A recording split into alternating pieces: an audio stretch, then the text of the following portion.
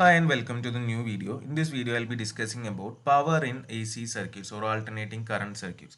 ഇപ്പോൾ പവർ എന്ന് പറയുന്നത് നമുക്കറിയാം fundamentally product of voltage and current എന്നുള്ളത് നമുക്കറിയാം. അപ്പോൾ ആ ഒരു കൺസെപ്റ്റ് തന്നെയാണ് വരുന്നത് പവറിന്റെ. ബട്ട് നമുക്കത് കുറച്ച് കൂടി ഇൻ ഡെപ്തിലോട്ട് പോകണം. അതായത് ബേസിക്കലി നമ്മൾ പവർ ഈസ് ഈക്വൽ ടു എന്നാണ് പറയുന്നത് വി ഇൻറ്റു ഐ.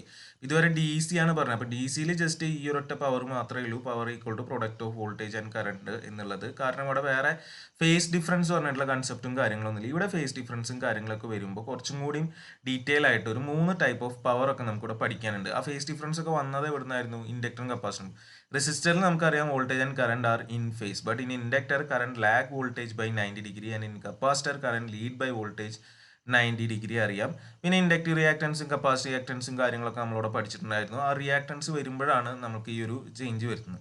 ഇനി നമുക്ക് ഡിഫറെൻറ്റ് ടൈപ്സ് ഓഫ് പവർ പറയാൻ വേണ്ടിയിട്ട് ജസ്റ്റ് ഒരു അസംഷൻ എടുക്കുകയാണ്. Current I leads voltage by an angle phi. അങ്ങനെ നിർബന്ധമൊന്നുമില്ല, തൽക്കാലം നമ്മളിപ്പോൾ ഇങ്ങനെ ഒരെണ്ണം എടുക്കുന്നു. സേ ഇതാണ് എൻ്റെ വോൾട്ടേജ് എങ്കിൽ അതിനൊരു ഫൈ ആംഗിൾ ലീഡിങ്ങിൽ ഐ വരച്ച് വെച്ചു. അപ്പോൾ എനിക്കിതിൻ്റെ എന്ത് എഴുതാം? എന്താ പറയുക, പ്രൊജക്ഷൻസ് ഇങ്ങോട്ട് എഴുതാമല്ലോ. ഇത് ഐ കോസ് ഫൈ ആയിരിക്കും ആംഗിളിൻ്റെ അടുത്തുള്ളത്, ഇത് ഐ സൈൻ ഫൈ ആയിരിക്കും. അതായത് എൻ്റെ ഈ കറണ്ട് രണ്ടായിട്ട് റിസോൾവ് ചെയ്തു എന്ന് പറയാം. ഒരെണ്ണം എക്സ് ആക്സിസ് അല്ലെങ്കിൽ നമ്മൾ വോൾട്ടേജ് ആക്സിസ് കൂടിയും ഒരെണ്ണം അതിന് 90 ഡിഗ്രി ആക്സിസ് കൂടിയാണ് പോകുന്നത്. അപ്പോൾ ഈ ഐ കോസ് ഫൈ എന്ന് പറയുന്നത് is in phase with the voltage. അതിനെ in phase component of current അല്ലെങ്കിൽ ആക്റ്റീവ് കോമ്പണന്റ് ഓഫ് കറണ്ട് എന്നാണ് വിളിക്കുക. ഓക്കെ, അപ്പോൾ അത് ഇൻ ഫേസ് ആണെന്ന് പറയുന്നതാണ് റെസിസ്റ്റൻസിലില്ല. അപ്പോൾ അതുകൊണ്ട് നമ്മൾ ആ ഒരു രീതിക്ക് അതിനെ ഇൻ ഫേസ് കോമ്പണന്റ് ഒരു ആക്റ്റീവ് കോമ്പണന്റ് എന്ന് വിളിക്കും. കാരണം റെസിസ്റ്റൻസിലായിരുന്നു ഒരു ആവറേജ് പവർ ഉണ്ടായിരുന്നു. ഇനി അടുത്തത് ഐ സൈൻ ഫൈ ആണ്, which is in 90 degree with the voltage. അപ്പോൾ അതിനെ ക്വാഡ്രേച്ചർ കോമ്പണന്റ് ഓഫ് കറണ്ട് എന്നാണ് വിളിക്കുക, ഒരു റിയാക്റ്റീവ് കോമ്പണന്റ് ഓഫ് കറണ്ട്.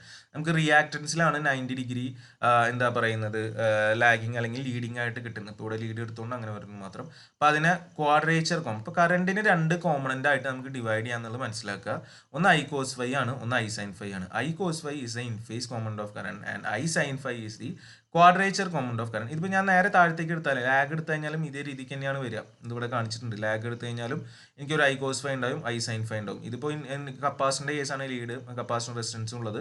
ഇത് റെസിസ്റ്ററും ഇൻഡക്ടറും ഉള്ള കേസ് ആയിരിക്കാം. അപ്പോൾ ആ ഒരു രീതിക്ക് എങ്ങനെ എടുത്താലും നമുക്ക് ഒരു ഐ കോസ് ഫൈ അത് എപ്പോഴും ഈ ഹൊറിസോണ്ടൽ ആയിട്ട് തന്നെ വരിക. ഐ സൈൻ ഫൈ എപ്പോഴും വെർട്ടിക്കൽ ആയിട്ടാണ് വരിക, 90 ഡിഗ്രിയിൽ. അപ്പോൾ അതിനെ I cos phi is the in phase component of current, I sine phi is the quadrature component of current. ഇനി ഇവിടെ നമുക്ക് 3 പവറുകൾ ഉണ്ട്. ഒന്ന് ആക്റ്റീവ് പവർ, പിന്നെ റിയാക്റ്റീവ് പവർ, പിന്നെ അപ്പാരന്റ് പവർ. ഇപ്പോൾ ഇത് എന്താണെന്നുള്ളതൊന്ന് മനസ്സിലാക്കാം. Active power or real power, അതിന് ഇനിയും വേറെ പേരുകളുണ്ട്. Active power or real power or true power എന്ന് വിളിക്കും. ഓർ വാട്ട്ഫുൾ പവർ എന്നൊക്കെ വിളിക്കും. അതുമല്ലെങ്കിൽ പവർ ഡിസിപ്പേറ്റഡ് എന്നും വിളിക്കും. Power dissipated. ഇതെല്ലാം എന്താണ്? സെയിം ആണ്. അല്ലെങ്കിൽ power converted to useful work, അങ്ങനെ കുറെ പറയാം. അപ്പോൾ ഇതെന്താ സംഭവം മനസ്സിലാക്കുക. എന്താ? Actual power dissipated in the circuit resistance. So power dissipated in the circuit റെസിസ്റ്റൻസിനെയാണ് നമ്മൾ എന്ത് വിളിക്കുന്നത്?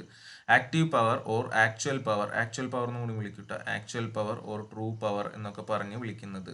അപ്പോൾ അത് എവിടെ? റെസിസ്റ്റൻസിൽ, സർക്യൂട്ടിൽ റെസിസ്റ്റൻസിൽ ഡിസിപ്പേറ്റ് ചെയ്യും. നമ്മൾ പറഞ്ഞു പ്യുവർ റെസിസ്റ്റൻസിലാണ് ആവറേജ് പവർ ഉള്ളൂ. അപ്പോൾ ആ സർക്യൂട്ടിലെ റെസിസ്റ്റൻസിൽ ഡിസിപ്പേറ്റ് ചെയ്യുന്ന ഈ പവറിനെയാണ് നമ്മൾ എന്തെന്ന് വിളിക്കുന്നത്? ആക്റ്റീവ് പവർ എന്ന് വിളിക്കുന്നത്. And this active power is equal to product of voltage and active component of current. അതാണ് മനസ്സിലാക്കേണ്ടത്. ആക്റ്റീവ് പവർ എന്ന് പറഞ്ഞു കഴിഞ്ഞാൽ പ്രൊഡക്റ്റ് ഓഫ് വോൾട്ടേജും എന്താ പറയുക ആക്റ്റീവ് കോമ്പണന്റ് ഓഫ് കറണ്ടുമാണ്. Product of voltage and active component of current. അപ്പോൾ നമ്മളുടെ ആക്റ്റീവ് കോമ്പണന്റ് ഓഫ് കറണ്ട് എന്താ നമുക്ക് അറിയാലോ. എന്താണ്? ഐ കോസ് ഫൈ ആണ്. So voltage V into I cos phi ആണ് നമ്മളുടെ എന്ത് വരാൻ പോകുന്നത്? ആക്റ്റീവ് പവർ വരാൻ പോകുന്നത്. So P is equal to V into I cos phi എന്ന് പറയും. അതാണ് നമ്മളിവിടെ അറിഞ്ഞിരിക്കേണ്ട equation. P equal to V I cos phi. VI cos phi. V is the RMS value of voltage. I is the RMS value of current. Cos phi. Phi is the phase angle between voltage and current. ഇതാണ് എൻ്റെ active power എന്ന് പറയുന്നത്. And the power which is really utilised and consumed for the useful work in an A C circuit or D C. ഇതാണ് active power. ഈ active power എന്തിലുള്ളൂ? D സിയിലുള്ളൂ. കാരണം അവിടെ മറ്റൊരു പിക്ചറിൽ വരുന്നില്ല. And it is also known as the true power or real power or useful power എന്നൊക്കെ പറയാം. അപ്പോൾ ഇതിനെ യൂസ്ഫുൾ പവർ എന്ന് കൂടി വിളിക്കട്ടെ. അതും കൂടി വേണമെങ്കിൽ എഴുതാം. ഇപ്പോൾ ഒരുപാട് പേരുകൾ ഇതിനുണ്ട്. Useful power. That is active power. Now moving on to reactive power. The reactive power is the power developed in the inductive or capacitive reactance, or power developed in the reactive components in the circuit. അതിനെയാണ് നമ്മൾ എന്തെന്ന് വിളിക്കുന്നത്? Reactive power എന്ന് വിളിക്കുന്നത്. സർക്യൂട്ടിലെ ഇൻഡക്റ്റൻസിലോ കപ്പാസിറ്റൻസിലോ develop ചെയ്യുന്നത്. അപ്പോൾ അത് സിമ്പിളായിട്ട് എനിക്ക് എന്തെന്ന് പറയാം? It is the product of voltage and reactive component of current. Product of voltage and reactive component of current. Reactive component എന്താ? I sin phi. That is reactive പവറിനെ റെപ്രസെന്റ് ചെയ്യുക Q ആണ്. Q is equal to VI sin phi. അപ്പോൾ ഇതാണ് എൻ്റെ reactive power. അതിൻ്റെ unit വ്യത്യാസമുണ്ട്. VI എന്നുള്ളതിൻ്റെ വോൾട്ട് ആംപിയർ, റിയാക്റ്റീവ് പവറിൻ്റെ R, reactive VAR, volt ampere reactive ആണ്. ഈ VAR എന്ന് പറഞ്ഞു കഴിഞ്ഞാൽ വോൾട്ട് ആംപിയർ റിയാക്റ്റീവ്. ഇപ്പം ഈ പവറാണ് എന്താ പറയുക നമ്മളുടെ റിയാക്റ്റീവ് കോമ്പണൻസ്. അപ്പോൾ എന്തിനാണ് നമുക്ക് റെസിസ്റ്റൻസിലാണ് ആക്ച്വൽ പവർ വരുന്നുള്ളൂ, പിന്നെ എന്തിനാണ് റിയാക്റ്റൻസ് എന്താ കപ്പാസിറ്റൻസ് ഇൻഡക്റ്റൻസ് എന്ന് ചോദിച്ചു കഴിഞ്ഞാൽ this is the power which moves between back and fourth between the source and load. സോഴ്സിനും ലോഡിനിടയിൽ ഒരു തട്ടിക്കളിക്കുന്ന, ഓടിക്കളിക്കുന്ന, അല്ലെങ്കിൽ അങ്ങോട്ടും ഇങ്ങോട്ടും ഒരു തട്ടിക്കളിക്കുന്ന ഒരു പവറാണിത്. And it is useful. ഇത് യൂസ്ഫുൾ ആണ്. എന്താണ് ഇതുകൊണ്ടുള്ള യൂസ് എന്ന് പറഞ്ഞു കഴിഞ്ഞാൽ it helps to produce the magnetic and electric field. നമുക്കറിയാം inductance magnetic field energy store ചെയ്യുന്നത്, കപ്പാസിറ്റൻസ് അതിൻ്റെ ഇലക്ട്രിക് ഫീൽഡ്. അപ്പോൾ ഈ മാഗ്നറ്റിക് ഫീൽഡും ഇലക്ട്രിക് ഫീൽഡും സെറ്റ് ചെയ്തിട്ടുള്ളത് and stores energy in the circuits ആരാണ്? നമ്മളുടെ ഈ റിയാക്റ്റീവ് കോമ്പണൻസ് ആണ്. ആൻഡ് ഇതാണ് ഇതിൻ്റെ വർക്കിംഗ്, പല സാധനങ്ങളുടെയും വർക്കിങ്ങിന് സഹായിക്കുന്നത്. ഇപ്പോൾ നമുക്ക് ഇലക്ട്രോമാഗ്നറ്റിക് ഇൻഡക്ഷൻ വരണമെങ്കിൽ ഈ മാഗ്നറ്റിക് ഫീൽഡ് വേണം. അപ്പോൾ അതിനൊക്കെ ഉള്ള സപ്പോർട്ട് കൊടുക്കുന്നത് ഈ റിയാക്റ്റീവ് കോമ്പണൻസ് ആണ്. അപ്പോൾ റിയാക്റ്റീവ് കോമ്പണൻറ്റ് ഇമ്പോർട്ടൻ്റ് ആണ്. റിയാക്റ്റീവ് കോമ്പണൻറ്റ് ഇല്ലാണ്ട് പറ്റില്ല. ബട്ട് ആക്ച്വൽ വർക്കായിട്ട് മാറുന്നത് ആക്റ്റീവ് പവർ ആണ്. അപ്പോൾ നമുക്ക് ഇങ്ങനെ രണ്ടാൾക്കാരുള്ള സ്ഥിതിക്ക് മൂന്നാമത് പറഞ്ഞാൽ അപ്പാരന്റ് പവർ ആണ്. അത് പ്രത്യേകിച്ചൊന്നുമില്ല. It is the product of RMS values of voltage and current. വിയും ഐയും ജസ്റ്റ് പ്രൊഡക്റ്റ് എടുത്താൽ അതിനെ പറയുന്നതാണ് അപ്പാരന്റ് പവർ. അതായത് V ഇൻറ്റു ഐ അതിന് യൂണിറ്റ് വോൾട്ട് ആംപിയർ ആണ് വരിക. അതായത് ഇപ്പം ഇത്രയുള്ളൂ കാര്യം. നമുക്കിപ്പോൾ ഇതിനൊരു എന്താ പറയുക, അവിടുന്ന് ഒരു ട്രയാങ്കിൾ ഇങ്ങോട്ട് താഴത്തേക്ക് എടുത്തു കഴിഞ്ഞാൽ തന്നെ ഇതിൻ്റെ കാര്യം പറയാൻ പറ്റും. നമ്മളിപ്പോൾ ഈ പറഞ്ഞ ട്രയാങ്കിളിനെ ഇവിടുന്ന് ഞാൻ നേരെ ഇങ്ങോട്ട് താഴത്തേക്ക് എടുക്കുന്നു. ഇത് I cos phi ആണ്, ഇത് എന്താ പറയുക I sin phi ആണ്, മറ്റേത് I ആണ്. അപ്പോൾ അതിനെ ഞാനൊരു താഴത്തേക്ക് ഒരു ട്രയാങ്കിളായിട്ട് ഇങ്ങോട്ട് എടുത്ത് വെച്ചിരിക്കുകയാണ്. അപ്പോൾ അത് നിങ്ങൾക്ക് ഇവിടെ നോക്കിക്കഴിഞ്ഞാൽ കാണാം.